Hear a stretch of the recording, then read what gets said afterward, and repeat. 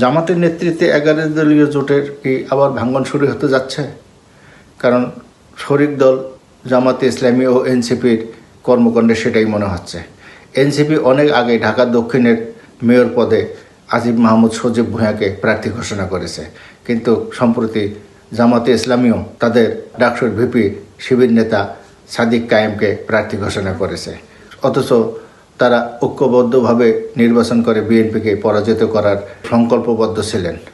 তাহলে কি এনসিপি আর জামাতের মধ্যে ভাঙন শুরু হয়ে গেল? বাস্তব ঘটনা জানতে আমাদের আরও কিছুদিন অপেক্ষা করতে হবে।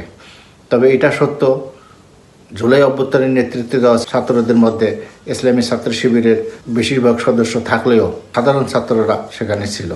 জুলাই অভ্যুত্থানের নেতৃত্বে দেওয়া এনসিপি আর জামাতে ইসলামী এক আদর্শের নয়, যার কারণে জামাতে ইসলামের সাথে এনসিপি ঐক্যবদ্ধ থেকে বাংলাদেশের রাজনীতিতে তেমন কিছু করতে পারবে না। সেটা এনসিপির নেতাদের হয়তো বোধোদয় হওয়ায় তারা এখন জামাতের সঙ্গে সম্পর্ক ছিন্ন করার প্রক্রিয়া শুরু করে দিয়েছে।